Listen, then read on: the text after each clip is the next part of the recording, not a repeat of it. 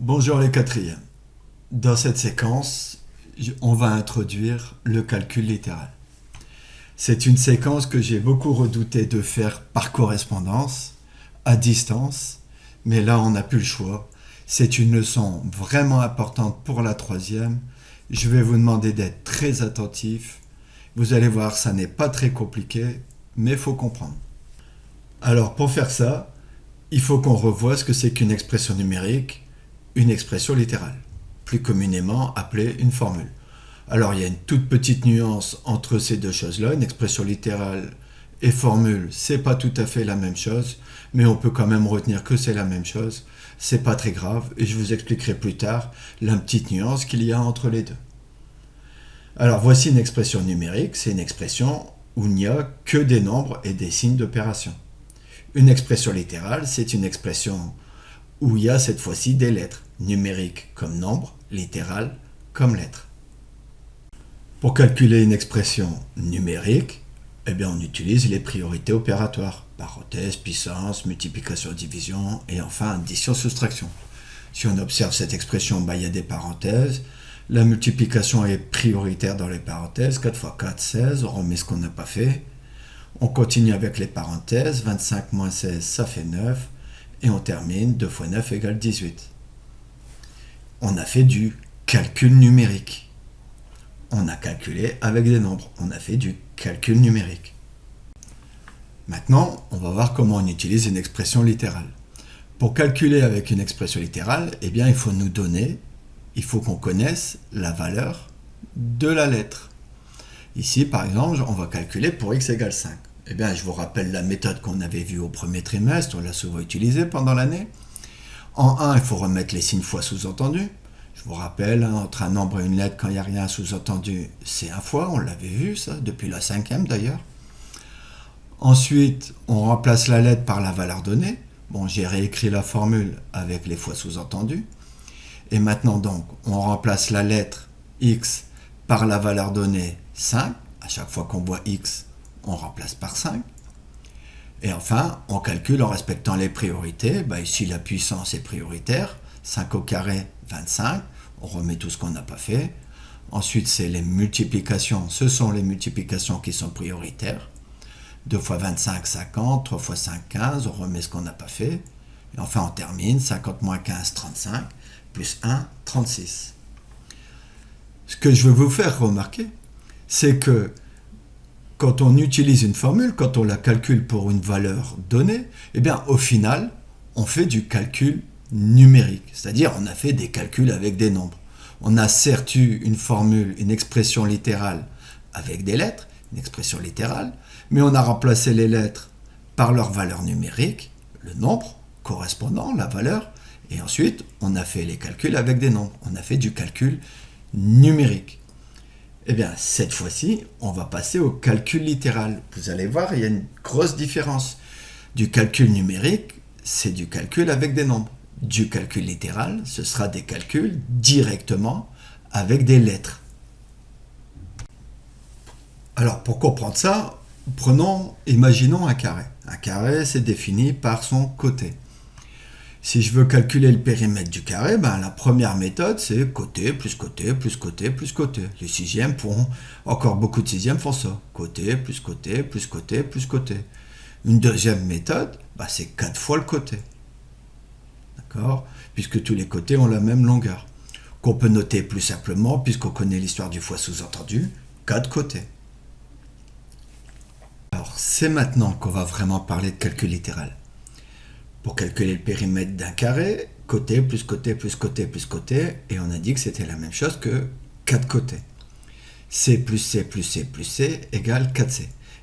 Ce passage-là, je répète, C plus C plus C plus C égale 4C, on vient de faire du calcul littéral. On a calculé directement avec les lettres, du calcul littéral. Cette première technique, par exemple, on l'appelle réduire. On a réduit l'expression littérale C plus C plus C plus C. Cette expression est assez longue. On l'a réduite en 4C. On vient de faire du calcul littéral avec les lettres. Allez, prenons un deuxième exemple. Regardons le rectangle. Le rectangle est défini par sa longueur et par sa largeur. Pour calculer le périmètre du rectangle, si on est en sixième, beaucoup de sixième font encore ça, longueur plus largeur plus longueur plus largeur. Mais il y a d'autres expressions littérales, d'autres formules pour ça. On peut dire que c'est longueur plus largeur fois 2. Deuxième façon de calculer le périmètre d'un rectangle, c'est 2 fois, je vous rappelle le fois sous-entendu entre un nombre et une parenthèse, 2 fois longueur plus largeur. Le fois sous-entendu. Une troisième méthode, on peut dire que c'est 2 longueurs plus 2 largeurs. On a une troisième expression littérale, 2 longueurs plus 2 largeurs, pour calculer le périmètre d'un rectangle. Donc on va reprendre. Longueur plus largeur pour le périmètre d'un rectangle. La petite technique des élèves de 6e. On a vu que c'était 2 longueurs plus 2 largeurs, une autre façon de l'écrire, ce périmètre du rectangle. Cette transformation, puisque c'est bien la même chose, on a juste transformé, on a rassemblé les éléments de la même famille, les longueurs avec les longueurs, les largeurs avec les largeurs. Longueur plus longueur, 2 longueurs, et largeur plus largeur, 2 largeurs. On a fait encore du calcul littéral. On a calculé directement avec les lettres. Ici, on a encore utilisé la première technique qu'on appelle la réduction. On a rassemblé les éléments de la même famille. J'y reviendrai dans une autre vidéo. Longueur plus longueur, 2 longueurs, et largeur plus largeur, 2 largeurs. On a rassemblé les éléments de la même famille. Allez, un dernier exemple. On a vu que le périmètre d'un rectangle, ça pouvait s'écrire 2 facteurs de longueur plus largeur, 2 fois longueur plus largeur.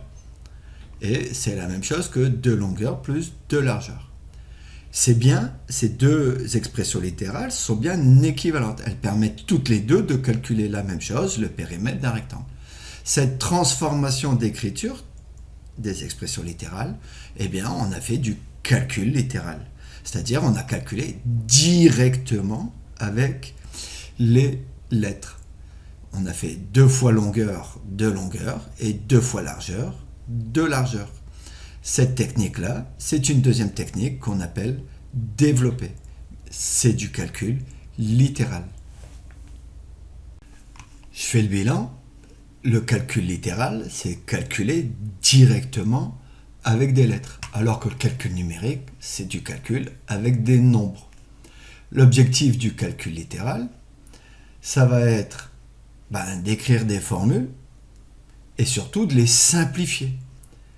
Simplifier, on vient de voir qu'il y a 2 grandes techniques, réduire et développer. Voilà, c'est ça l'objectif de notre séquence. Alors, je voudrais quand même expliquer, avant de passer à la deuxième partie, comme on en a parlé en début de vidéo, la différence entre expression littérale et formule. En fait, une formule, c'est une méthode exprimée sous forme d'expression littérale. Ça, c'est une expression littérale, mais comme elle permet de résoudre une tâche, c'est-à-dire calculer le périmètre du carré, comme c'est une méthode décrite sous forme d'expression littérale, on appelle ça une formule.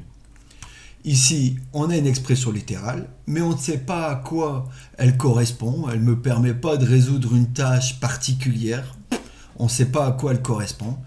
Ça n'est qu'une expression littérale. Ceci est une formule parce que c'est une expression littérale qui permet de résoudre une tâche. C'est donc une méthode décrite sous forme d'expression littérale. Voilà la différence qu'il y a entre expression littérale et formule.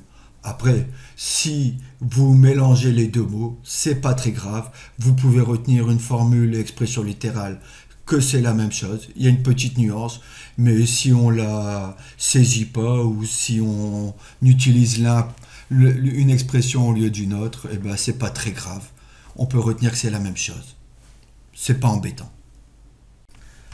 Alors voilà, on a terminé cette première partie. On va pouvoir passer à la deuxième partie. On va expliquer plus amplement les deux techniques pour simplifier une formule ou une expression littérale, c'est-à-dire on va revoir plus clairement ce que c'est que réduire et développer.